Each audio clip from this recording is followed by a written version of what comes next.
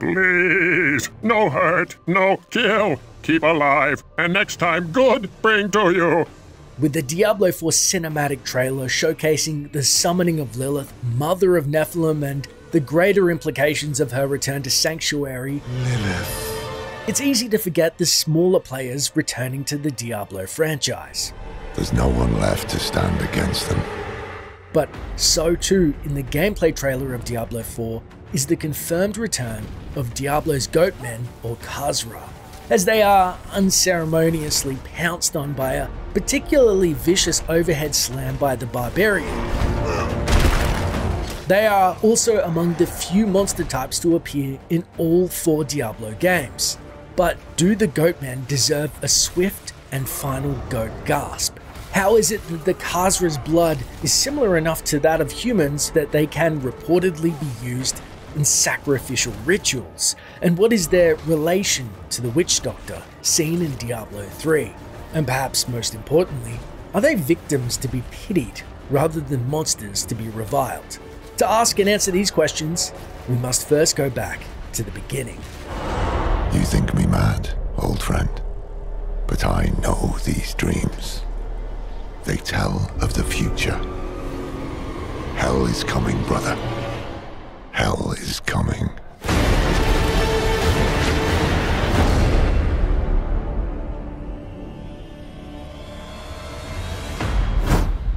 Though I have searched every corner of the great library of Chaldeum, I can find no references to the true fate of the blood clan Khazra. Some crumbling papers hint that they made a pact to serve the mythical lesser evils. But surely such a thing cannot be considered proper scholarship. Can it? To the citizens of Sanctuary, the Khazra are treated as mindless filth to be exterminated, lest they are left to their wicked debauchery. According to the wiki, the Khazra are half man, half goat, and have been seen in many regions of Sanctuary.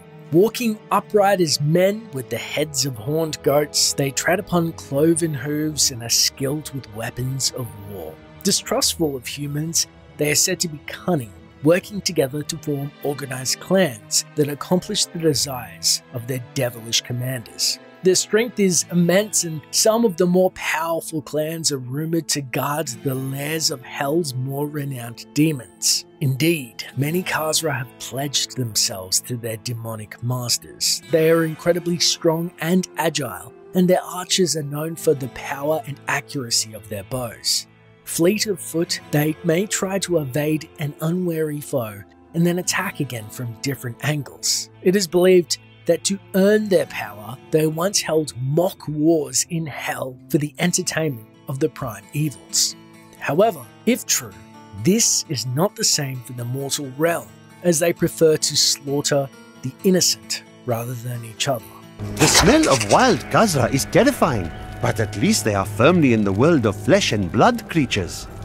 The Ice Khazra lack any scent at all, and this makes them seem not of this world. Few outsiders have witnessed the Umbaru tribal feuds that rage in the dense Taganze jungles. These ritualistic wars are not for lands or gold, but for living captives to offer up as sacrifices. The Umbaru perform these ceremonies to honor the spirits of the unformed land, a veiled reality that the tribe's revered witch doctors can experience. The Khazra were once thought to be natural inhabitants of Sanctuary. However, ancient carvings discovered by Abd al-Hazir tell the tale of the origins of the Khazra. They were originally human, part of the Umbaru race, found in the thick Torogen jungles in the Tengazi region of Sanctuary's eastern continent. At some point in the distant past, the 5 clans that would come to be known as the Khazra migrated to higher elevations and began developing along different lines than the clansmen they left behind. They lived in relative peace and began the transition from a hunter-gatherer society to a farming one. This state of affairs changed dramatically when they encountered the Vejeri during the Mage Clan Wars. The Vejeri being the same Mage Clan that the sorcerer Jazrith hailed from in Diablo 1.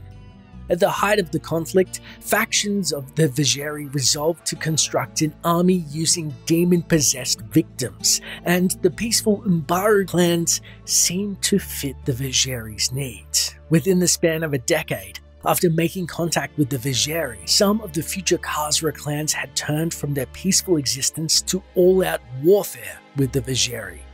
Al-Hazir speculated that this was the result of their brothers being transformed into goat-like creatures by the Vejeri. The mages desired the Khazra to be mindless, loyal weapons, but they turned out to have more initiative than first thought. As decades of savage warfare took the toll on the Umbaru's culture and minds, the clans began to search for any means to prevail over their enemies. To this end, the clans actively sought to capture a mage to do their bidding. Eventually, they succeeded in violently coercing one of their captives to help them not only gain control over their transformed clanmates, but to have themselves transformed as well, in order to fully drive the Vejeri out of Teganzi. Their strategy worked, but not without its price. They found themselves bound in servitude to the demon Zagral in exchange for their cursed powers. They became furious marauders, driven to raid villages and caravans to sate their bloodlust and procure sacrificial victims for their demonic master. This is also when they became known as Khazra, which roughly translates as demon or devil in the Umbaru tongue.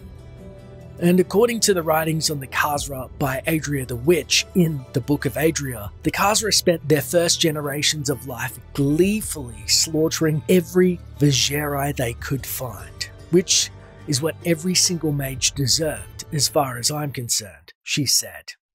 I sense a soul in search of answers. Long ago, 5 clans of the Umbaru tribe left the Teganze and ventured north.